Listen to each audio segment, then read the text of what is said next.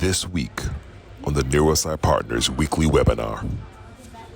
So I think that human level, having people connect with their own humanity, which requires us and the system to see them as human beings so that they can see themselves as human beings, is the bedrock of it. Once you get that, then you can start to build the Malcolm X story.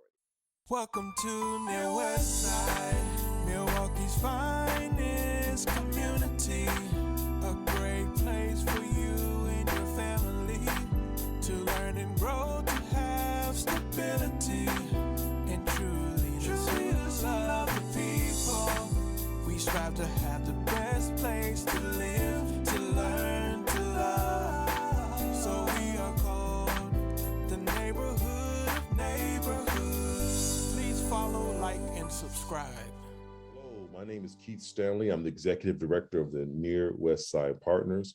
It was just over a year ago I had the privilege to interview this gentleman, just an amazing brother with just a mind that is unique and different, and that's leading the charge as far as some things that are happening in our city. And so we're back again just to figure out to get an update, what's going on with his organization, what's going on with him, and to talk about some recent things that are happening in our city and in our state. So it's a privilege. I'm gonna ask you to do it again, Shannon, but I would imagine people know who you are. Can you introduce yourself? Thank you. I greatly appreciate you having me on a year ago. I was able to share that with a lot of people and, create some, legitimacy, validity for myself coming out and entering some of these areas that I've been able to really just make a lot of connections in and hopefully help some people and looking forward to doing a lot more with it all. My name is Shannon Ross, as you said. You interviewed me about a month after I got out of prison last year after a 17-year sentence. And so far what things is in the same area, but just a lot more going on with the same stuff. Finishing graduate school. I have probably graduated at the end of this summer. Coming up is when I'll be done. Started a trucking company. The organization is still going good. We have a board, which you are a member of directors, the organization. We have some really great partnerships across the country. We got a little funding, so some of the stuff that we do is on stable footing, trying to get some more. It's just been a whirlwind of things happening. And I'm just, as of now, 6 days into being a new father. So it's been an interesting buildup of things. A lot is going on. How's it? I know you're only 6 days in. How's it being a new father? Just getting used to having less sleep than I've ever had in my life and operating on that and still trying to do, like last night, I should have been sleeping, taking advantage of a time when he was down, but I wanted to finish 2 grants. So I, did that. And when I was done, he was back up. So I was like, I missed my opportunity. So I want to talk about, you mentioned something, grad school. So tell me a little bit about that. What are you doing? What are you taking up? When do you graduate?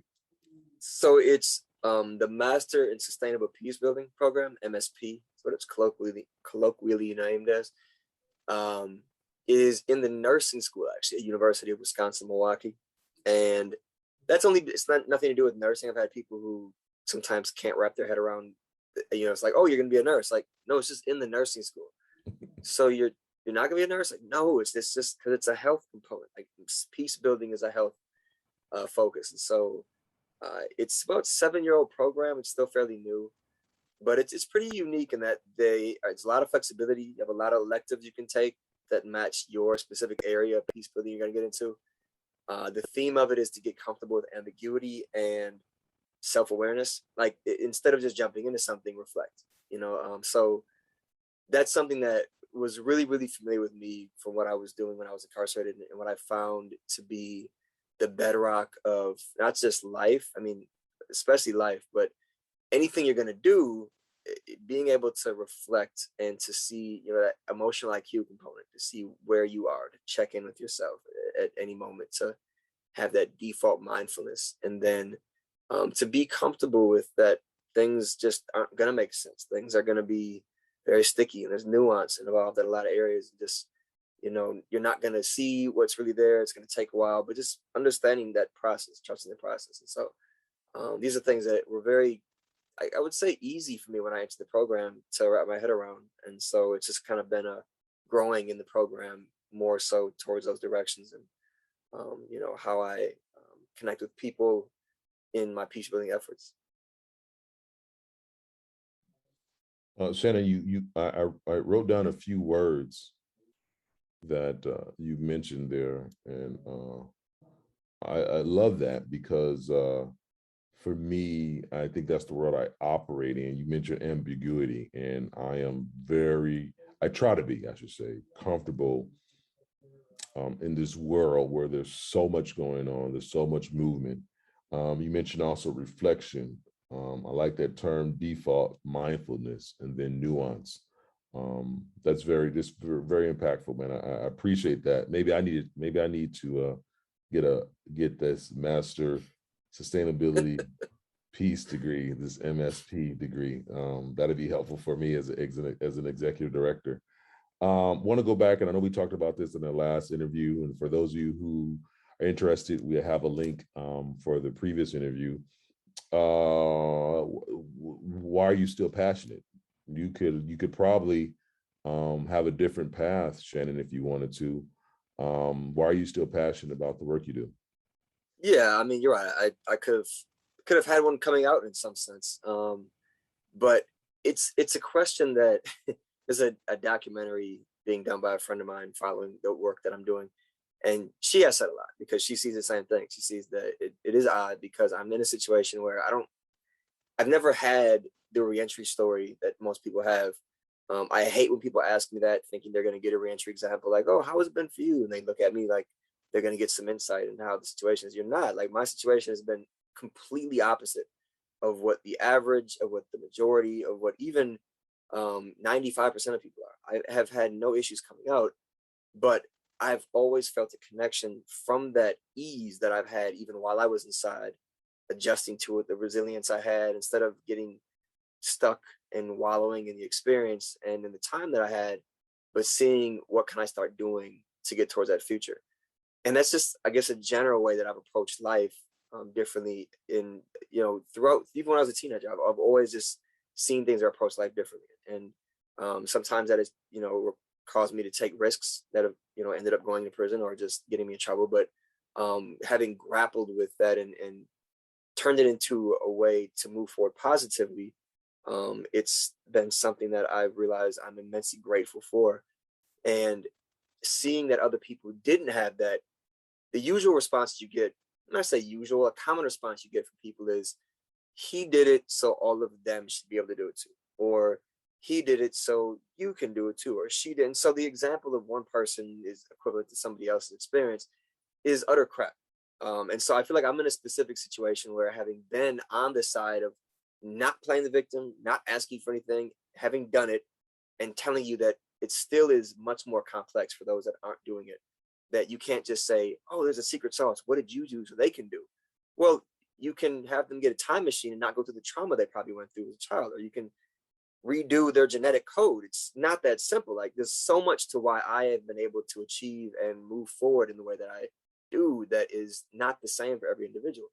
So I think at the end of the day, realizing that I am so blessed and so grateful to be able to have a supportive network, to have incredible parents, to have people in my life that have come across who have seen something in me and given me a chance and taken this trip with me, stuff like, and just being able to see things clearly and not have a mental health issue or a substance abuse issue and not have any of the ACEs, the adverse childhood experiences. So I see that, and it makes me not say, okay, I'll just go this way and go about my business.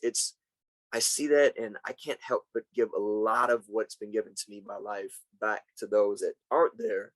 And hopefully it helps them get up to a place where, they can see their own value and potential. And a lot of that sounds corny, but it really is as simple as that. I don't have any other motive, but I feel an obligation to use this to help others in the way that I've been helped by life, by other people as well. As usual, Shannon, you give me a lot to think about, and you give me a lot to to research. I'm familiar with Dr. Nadine Burks and the ACE scores, and so I'm so glad you brought that up. Very, very impactful, man. I love that answer. I hear that a lot when people are talking about the differences between Black and white communities. Well, this Black person did it. All Black people can do it.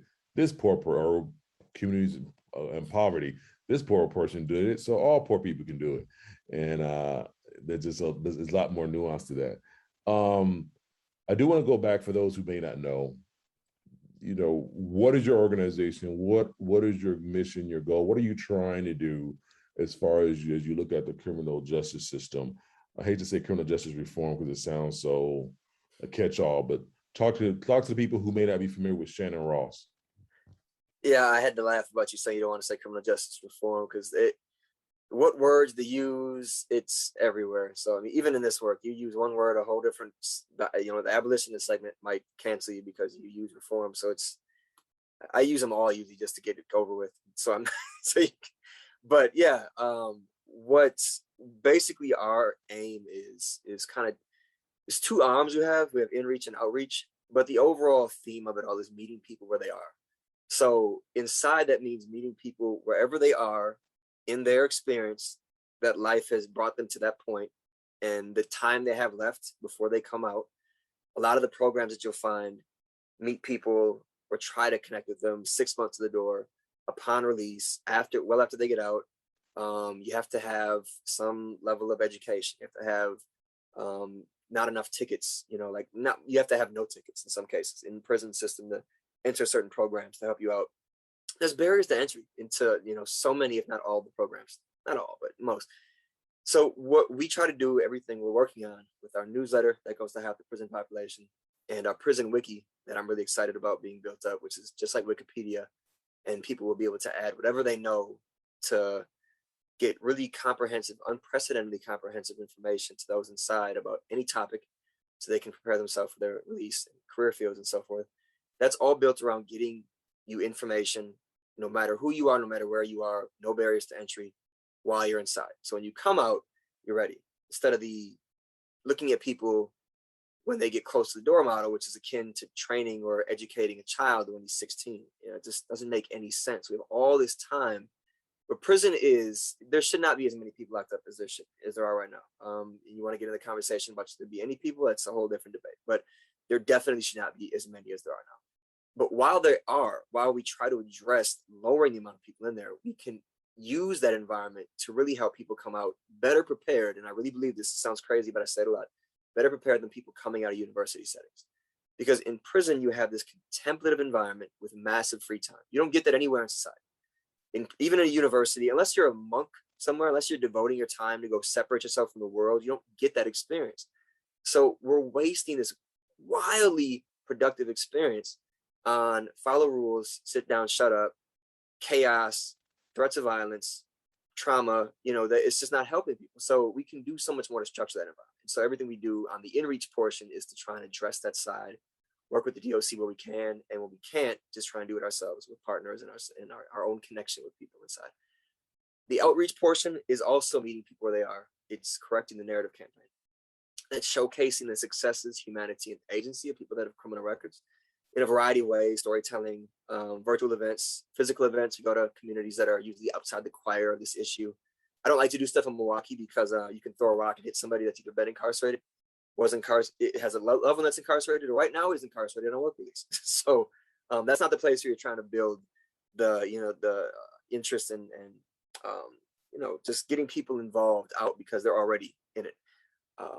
But we basically are trying to connect with people where they are, in the sense that if you have a bias or a misconception, I don't want to look at you as an enemy. I don't want to have this sense of I hate you, you're the problem, because you came to that same bias and misconception the same way that I came to the belief that doing what I did to go to prison was acceptable.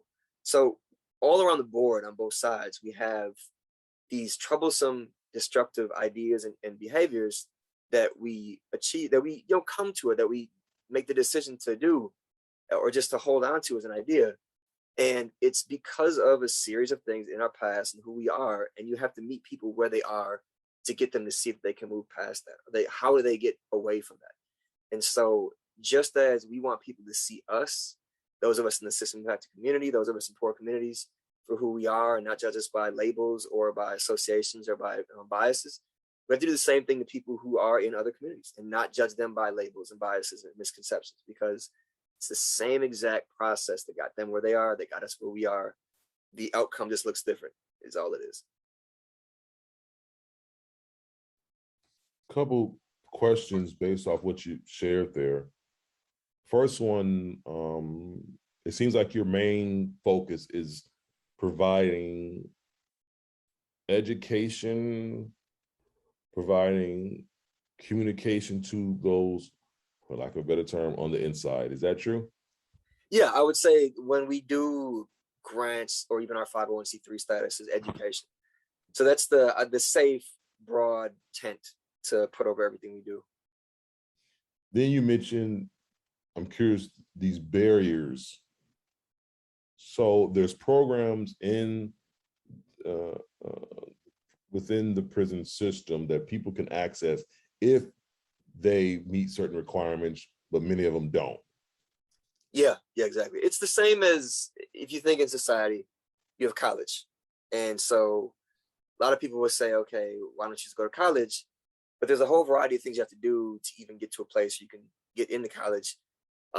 It's a little different in prison, though, because some of that is added to the educational component that you need. You also need to have behavioral components. So if it would be like, you can get an MATC if you have this, HSCD, GED, get that first, but then also you can't have had a speeding ticket or a traffic violation in the last 5 years. Like, that would be absurd. Like, what does that have to do with anything? And so in prison, if you have a minor ticket or a major ticket, like if you have enough minor tickets or if you have one major ticket in the last year, you can't get into a lot of the programs because they want you to be able to say that you've either earned it or that you are behaving well enough that you can comport yourself appropriately in this program. But the reality is you can get a ticket for any piddly thing in prison. And so I've gotten a ticket now for disagreement with the CO that didn't like me over something that was irrelevant 4 months ago. And now I can't take this program that maybe could have saved my life, honestly, when I get out. So that's unfortunate. It's really not acceptable in my opinion, but that's how it is. Just for the audience sake and for my sake, we're not talking about tickets in society. We're talking about tickets in the prison system. So people can actually get tickets, of course, for not speeding, but for doing just about anything. Yeah, not having your ID on, not signing out to go to the courtyard, to not standing for count, major ticket, yeah. So you get tickets for a variety of things that are not anything close to what you would ever get in trouble for in society. I want to go somewhere, but I'm gonna try to tread lightly here.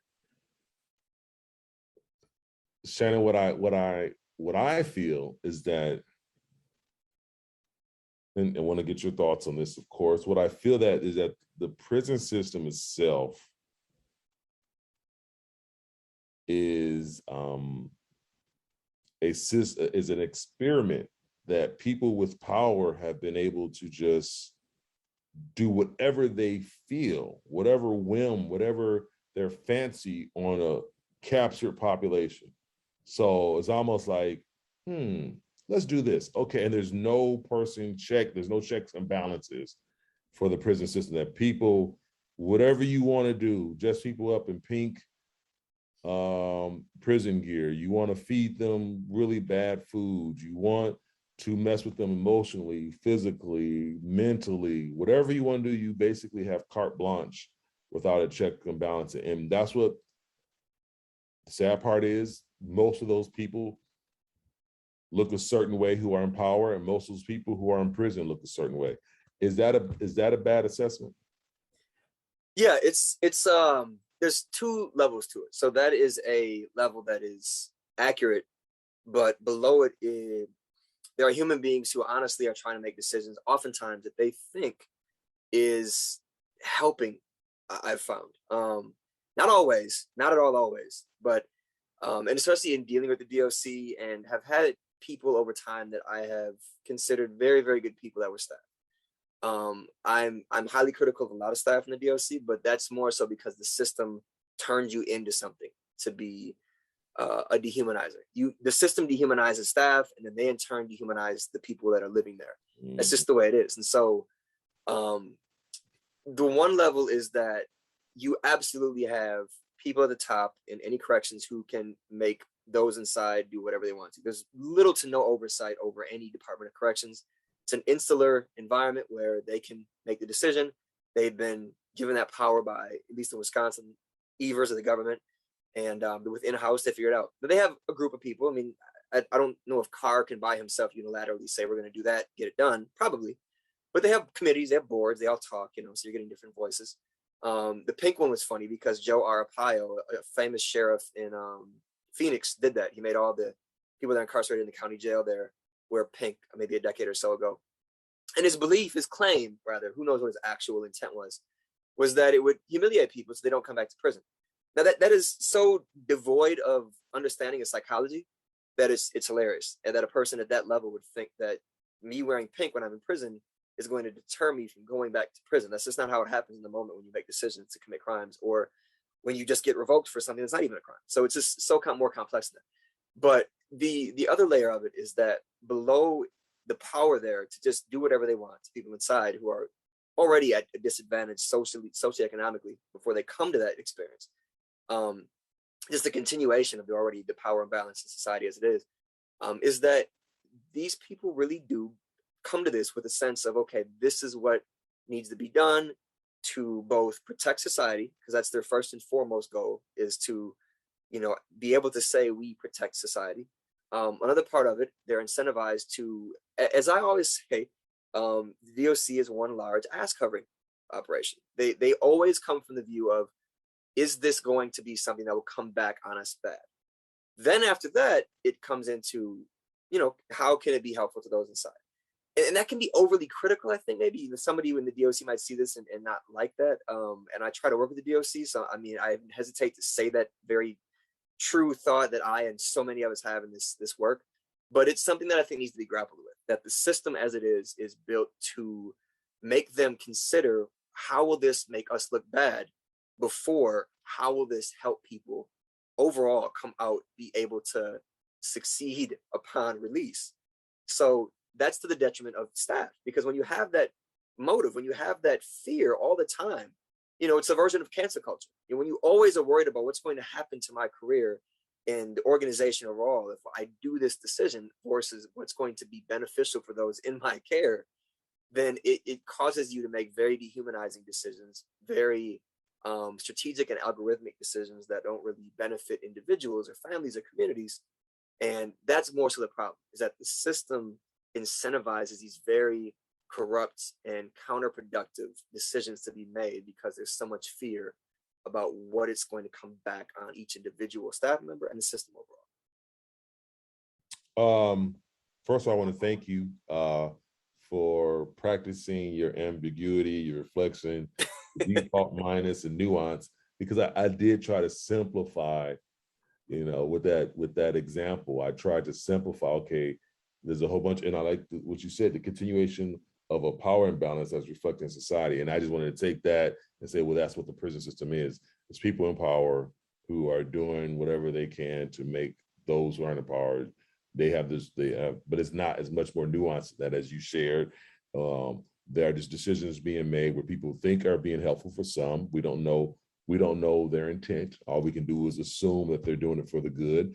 So though we know some people are doing it for power, some people are doing it because they think they're helping, and then that rolls down the hill, because then you have the people who have to implement, and they're dehumanized, and then they begin to dehumanize. So that is helpful with that, understanding that structure a little bit more. Two things I didn't want to ask you though, to somewhat push back on that.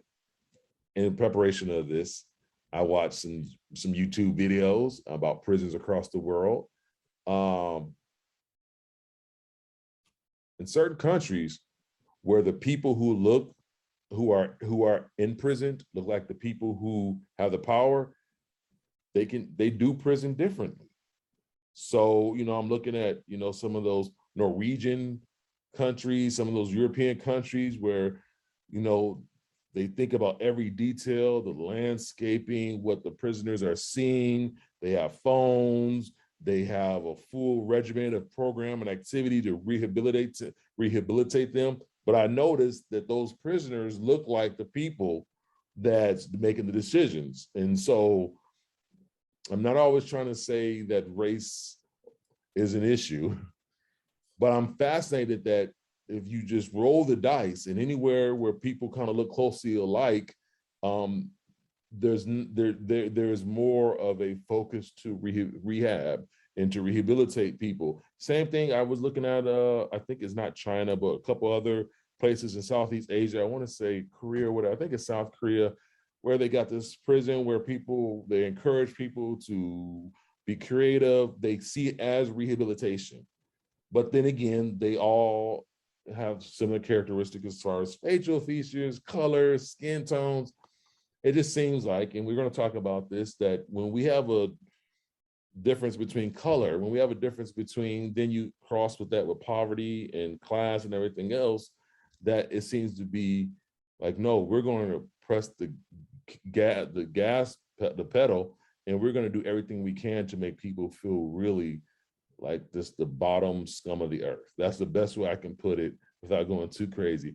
Am I wrong, Shannon? No, you're not wrong at all. So the reason that we have this, and I'm not a race historian. I don't always feel it's so comfortable speaking on these issues as somebody else would, but I feel like I've done enough on it, and I've done enough, critical evaluation of what I've observed and what I've read, even though it's not as voluminous as maybe a professor or some expert would be at Columbia.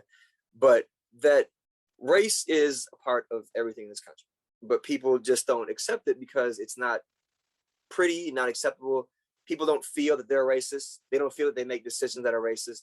But that's how the mind operates. The mind does things that you don't really understand below your conscious. That's the whole idea of subconscious. And so we can accept that when it comes to so many different areas. But when we start to get attacked by the news, by these other demographics that don't look like us, telling us that we're racist, that it becomes something of a shell response. And so we don't want to accept that our mind does something that we've already accepted it does all the other times. We have no problem saying, oh yeah, I think I subconsciously did that. But then when it comes to race, no, there's no subconscious racism. I know I'm. So it's just a matter of a lot of it's framing to get people to see it. And then you have a point where you feel kind of hesitant saying it because there's that whole, is this okay to say? People don't. But that's the problem, is that, we don't like to, human beings don't like to accept that they're human beings and that other human beings are human beings. That's a very across the board thing that I've found.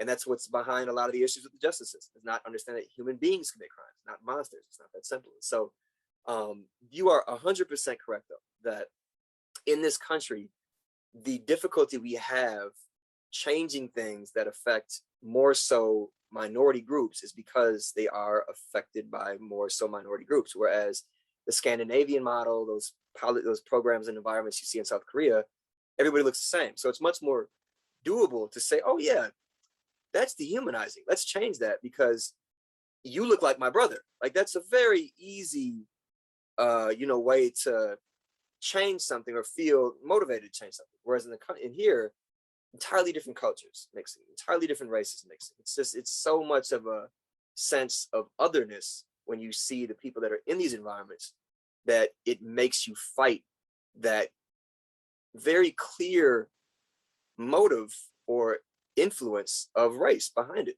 And it's sometimes, honestly, I'm big on looking at class a lot. It's over race. I think take away race, just look at class, look at the culture difference.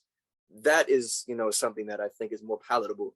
And when you have people who are acting, looking, listening to, talking differently than you are, you're going to think that they're bringing it on themselves because your people don't do that. And the beauty of the issue with criminal justice is that, it might say beauty in a very tortured way, is that it affects everybody. Over half the prison population is white. Per capita, it's not. You have more people in prison that are of color versus those that are in society. So it's a higher predominance in that way. But the absolute numbers, it's like, little over or right at half white. So it's affecting everybody. And even if you're in a white, rich community and you're really unaffected by it, your kids probably go to Marquette, which is right in that area, or your kids are probably going to UWM or some other school where it's going to be touching them. And so it's going to touch you. So you can be preventative now instead of waiting till it's in your bedroom or at your door affecting you with a call or a police visit. You can do something now in very simple ways. And so, and another point, I don't want to kind of go on about this answer too much, is that model of bringing the dynamic security process, which Norway does, where it's basically a humanistic version of security, where it's not security first, it's like security and. We don't need to have security first. We can do this while also achieving the goal of people having an environment where they're productive and they're seeing themselves as human beings while they're incarcerated. And there's an organization called Social Profit Corrections. I just interviewed the guy for our podcast, our first episode, and I'm hoping to have him come here and meet some people, where he's a 28-year veteran of private prison industry. And he said, I had to switch what I was doing. I mean, like, he's investing his life savings and trying to get one facility or one wing and just show he can bring dynamic security here. He's run corrections. He was known as a fixer.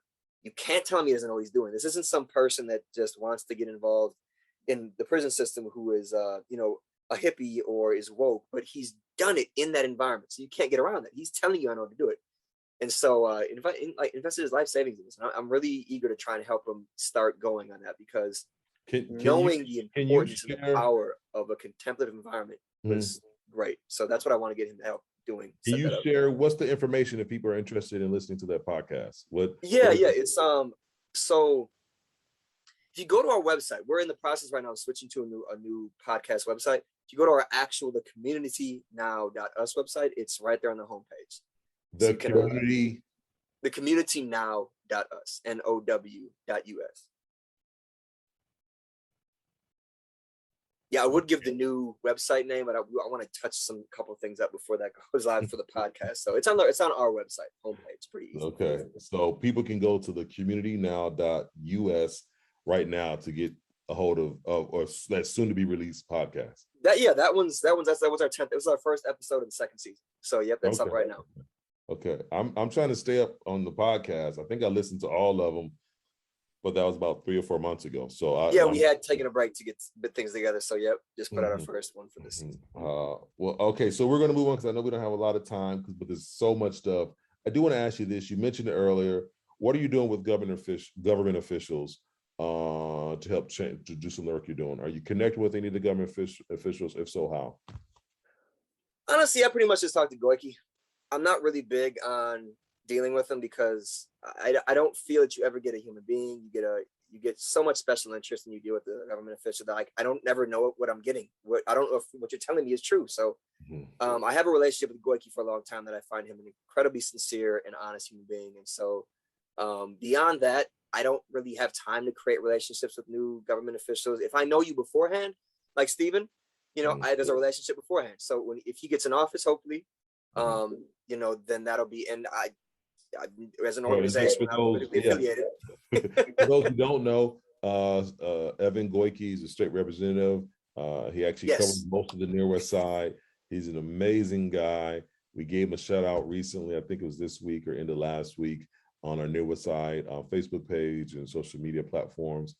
Just an amazing guy. He's very sincere. He lives in the Near West Side. He understands the issues a lot more. His thinking is a lot more nuanced than many other politicians. So I'm glad you mentioned his name. And also Steve. Can you tell people a little about Steve, my buddy Steve? Yeah, so Stephen Olakara is running for the U.S. Senate seat in Wisconsin for Ron Johnson's current spot. I was introduced to Steve by you. I found him to be, again, very sincere. I found him to be doing this in a way that is staying on principles and keeping the integrity so that he's able to make decisions when he gets in instead of just taking whatever money comes his way and, power broking and shaking hands just for the sake of getting in there. There's a good Machiavellianism and there's bad Machiavellianism, and I think politics falls into bad Machiavellianism a lot. And so I think Steve is purposely trying to stay away from that. If he's going to get in, he's going to be able to have the power to do things he wants to because he's not beholden to people. So just beyond that, he has a history with the Millennial Action Project that he started and ran, and his overall demeanor is one that I find to be very much one that you can rely on when he gets in office. And at the end of the day, that's what it is. Like, I know we went to his event at No Studios, his launch campaign, and I think him and Philip Morris asked me and somebody else asked me, like, what did I think about it? And I told myself I didn't think anything. It's a political event. Like, I don't believe any of the stuff I hear at these things. I know Stephen behind the scenes. And that's really all that, to me, that I can go off of. I would never go off of what I hear at anything like this. And so, so that's why if he gets in office, I feel that that's somebody I would be able to rely on and have a connection with, because I had it beforehand. So other than that, I really don't deal with politicians that much. As a board member of the community, I'll work with you on that. I want to talk about a recent article. We referenced it earlier. You know, it was from Milwaukee Neighborhood News Service. Shout out to Ron Smith and the whole entire staff over there of Neighborhood News Service. They do great coverage of local community news, which I appreciate. The headline was Wisconsin imprisons 1 in 36 Black adults. No state has a higher rate.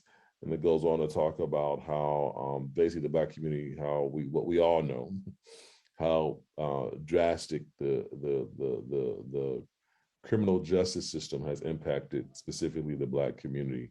And then the differences as you look at other communities. You referenced that a little bit earlier. Any thoughts on these studies? Any thoughts on understanding basically what we already know? Is it helpful? What else do we need to know that about the criminal justice system, how it's impacting the Black community? Do we really need to keep doing these studies?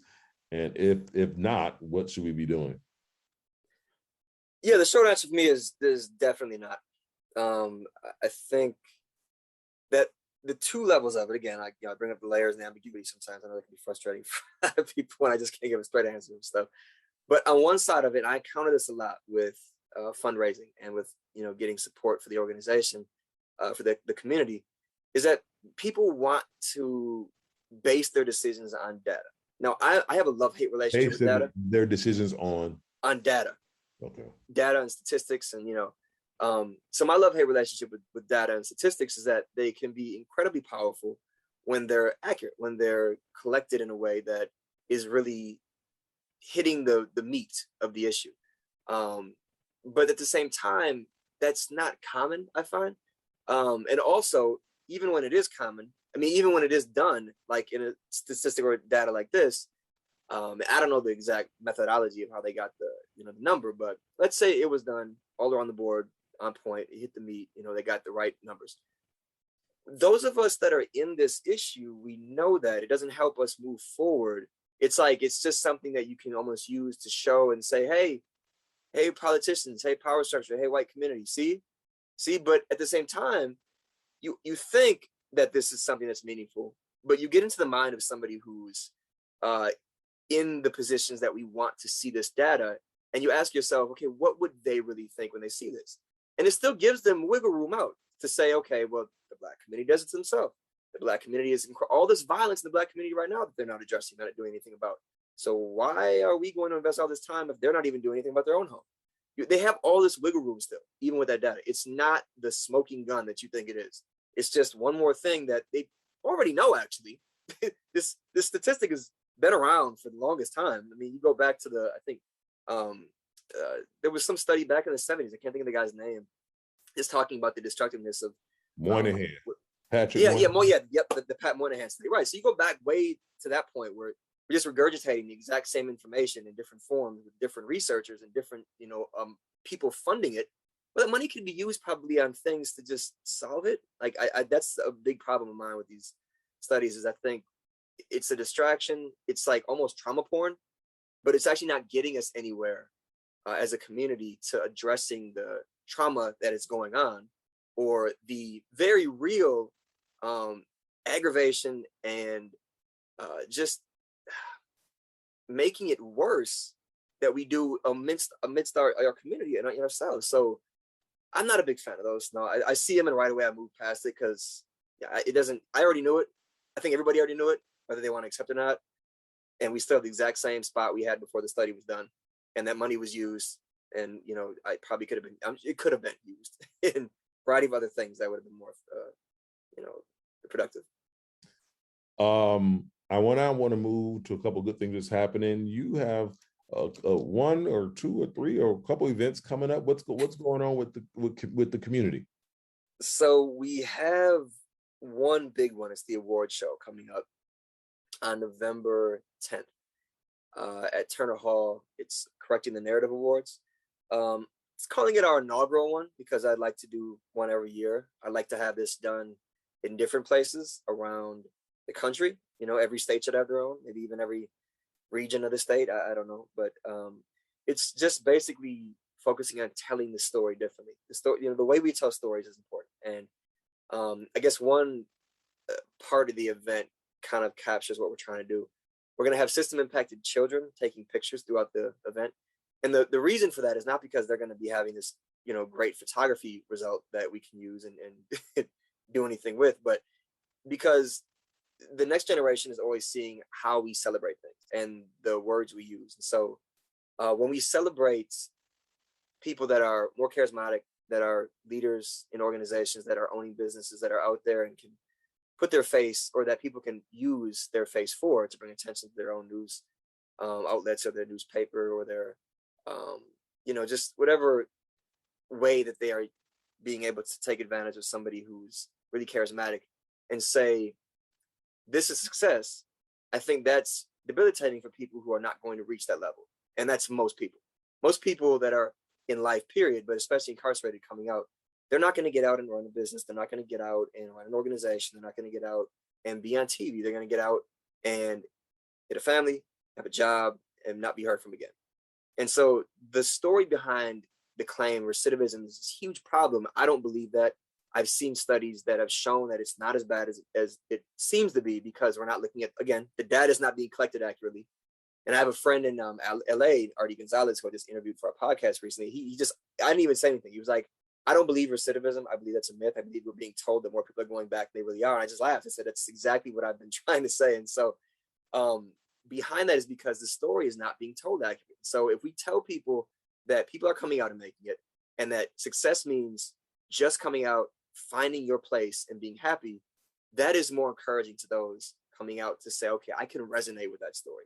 And that's being awarded now. That's being recognized. And that makes me feel better about my trajectory and where I see myself going and what I'm doing right now in the community, that I am success. That doesn't, it's not that I get to that level and I'm success now. Like, that's the kind of story we want to tell. And I think that's a story even in general for overall society that should be emphasized more, that success means you find your way and you're happy and your family's healthy. That's it.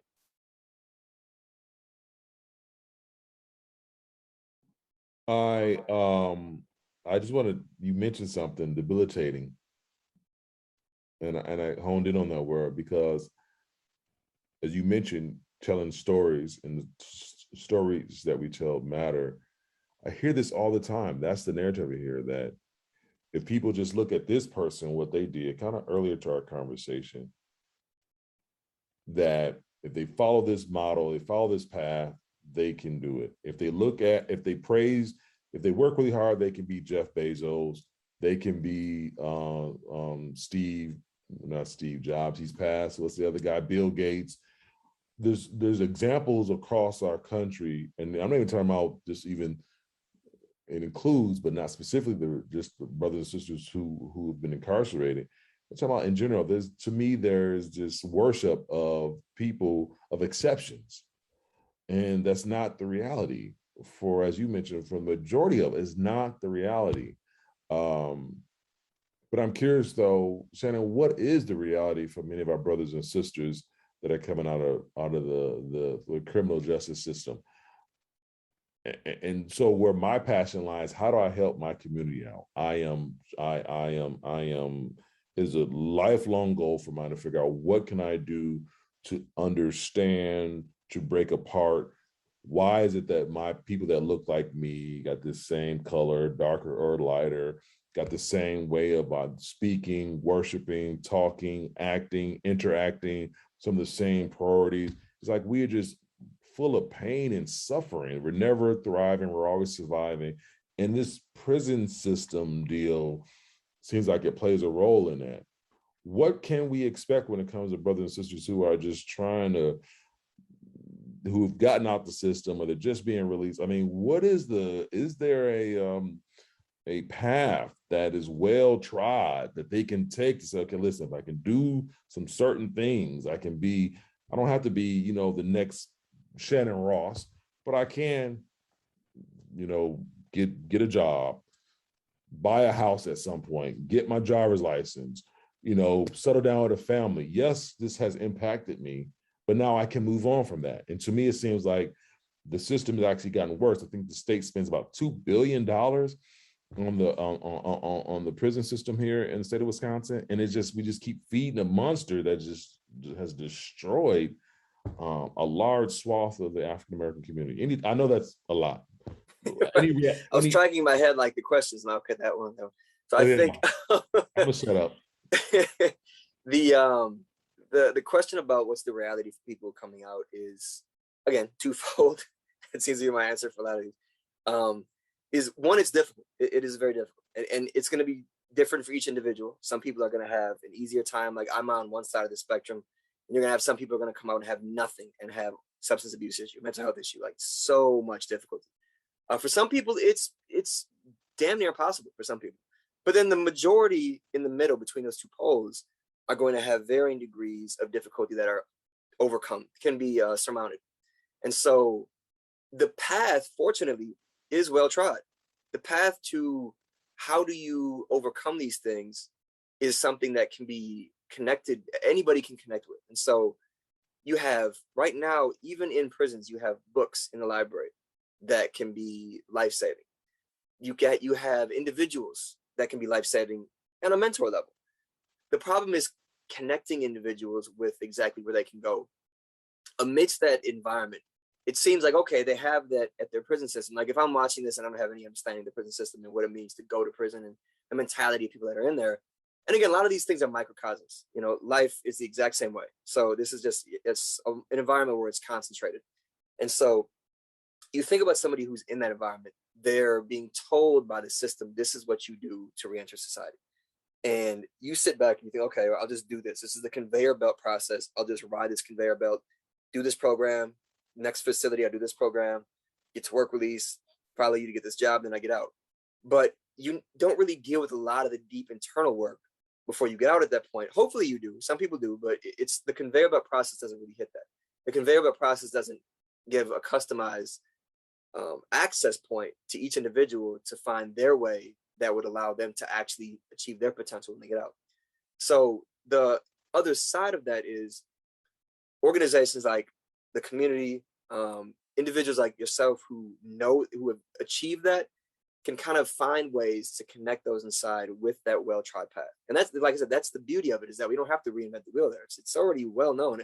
Anybody who succeeded in life, every single self-help book, every single motivational book that you read, they're almost always going to have the exact same heart of what they're saying. Know who you are, accept your emotions, have principles that you live by instead of being willy-nilly. Have a schedule, a routine that you do, like get up, you exercise, take care of your mental health and your health. And then on top of that, a variety of things that can be customized for your own experience.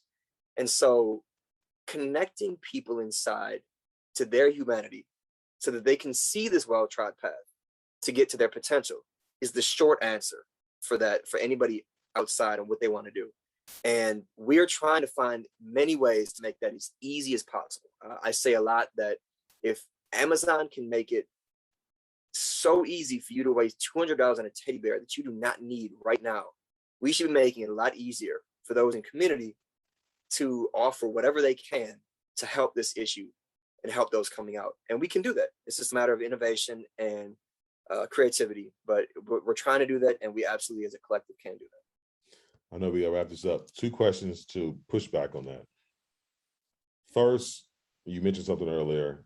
There's no other place in society other than a monk where people have that time.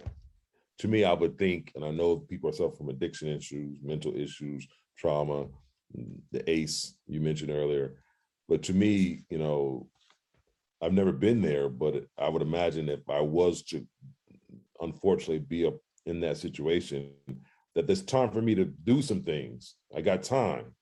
I'm looking at, okay, this has happened to me, this impacted me. I'm gonna take a page from Shannon's book. You know what?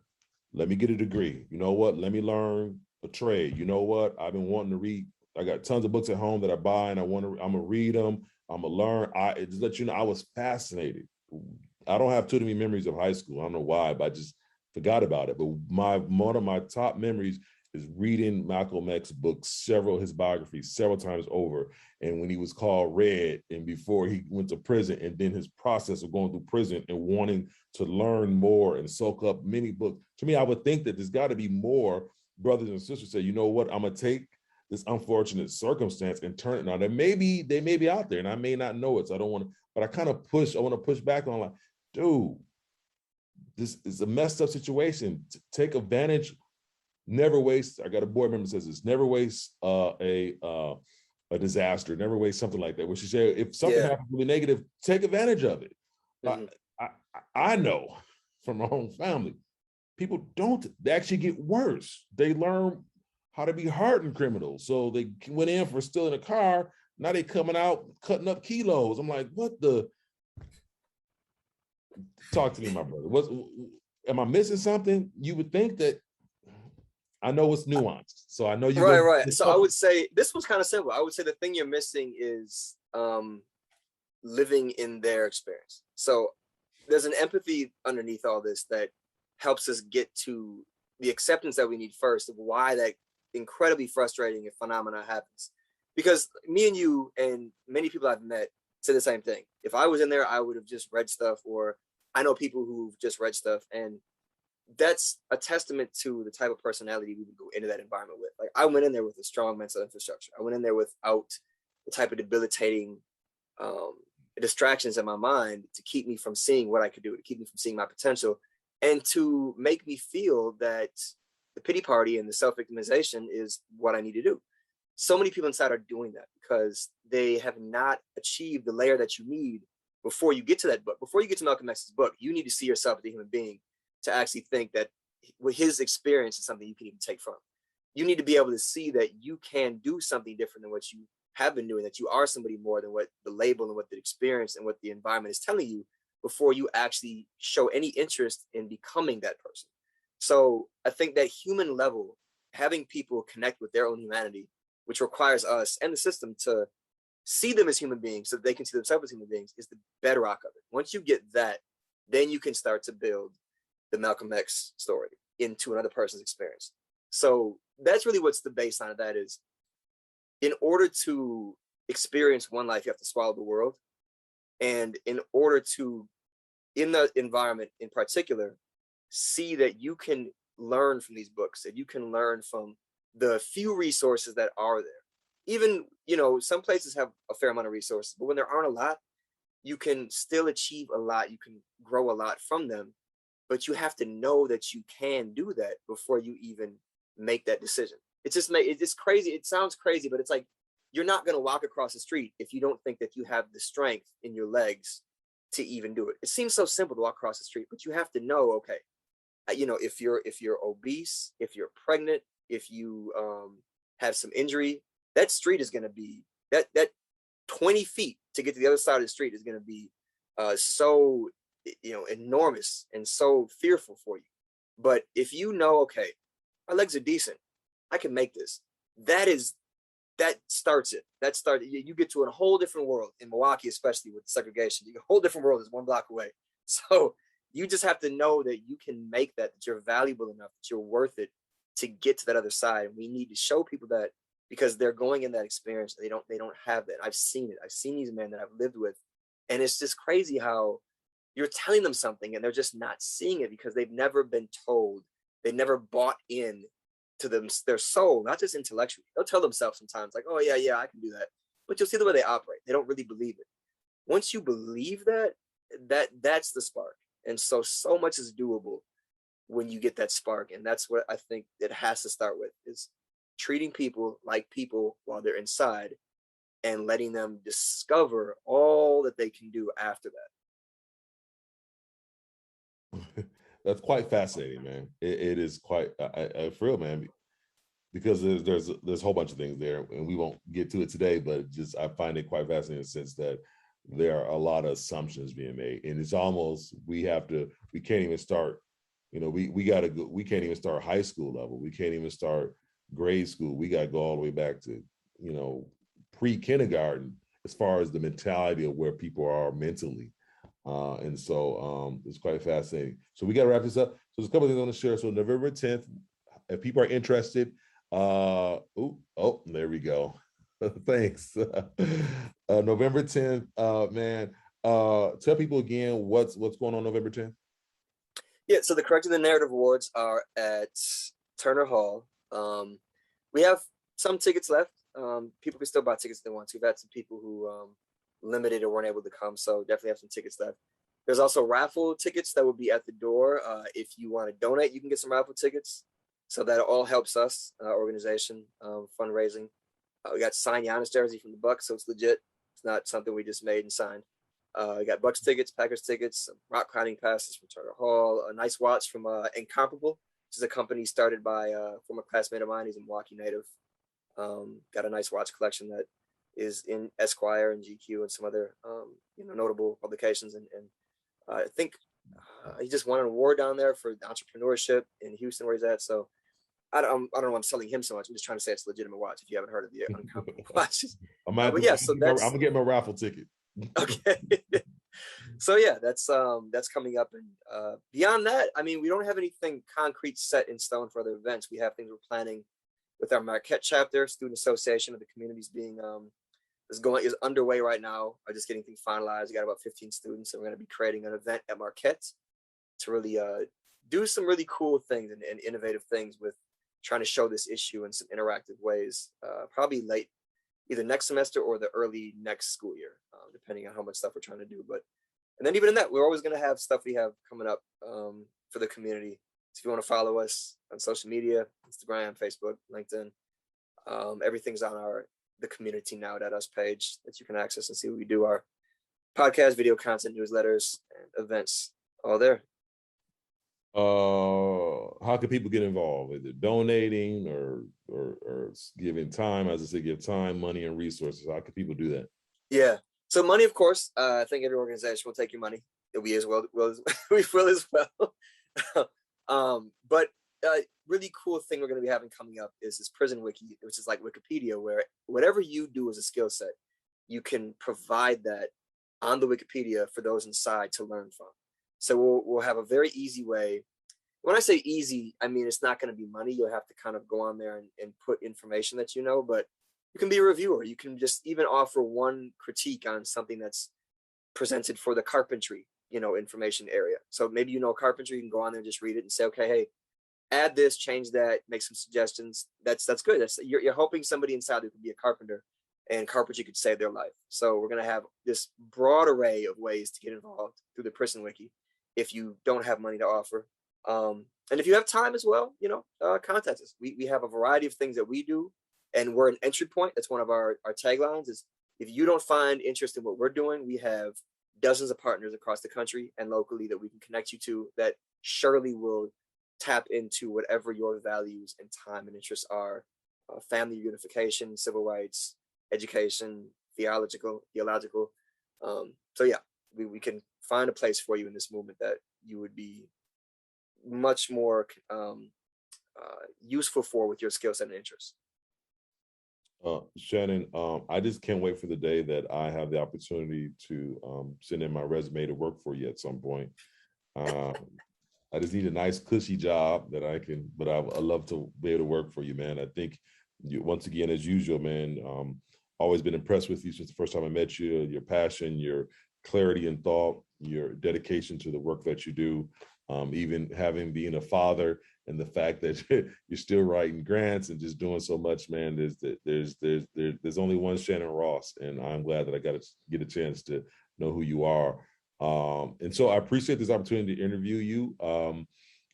Everything that Shannon mentioned, as far as websites, contact information, and even hopefully the November 10th information, if you have a link to that, we'll make sure we'll put it, Shannon, inside the it's on the website.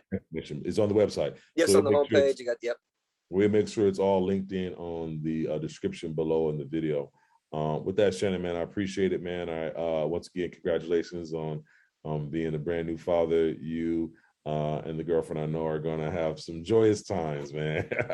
after you get some sleep at some point. Yeah, after the crying game. Exactly, man. I appreciate it. With that said, we're wrapping it up. Thank you for joining us for this another weekly Near West Side Partners webinar, and there'll be more to come. Thanks. Welcome to Near West Side, Milwaukee's finest community. A great place for you and your family to learn and grow, to have stability, and truly love the people. We strive to have the best place to live, to learn, to love. So we are called the neighborhood of neighborhoods. Please follow, like, and subscribe.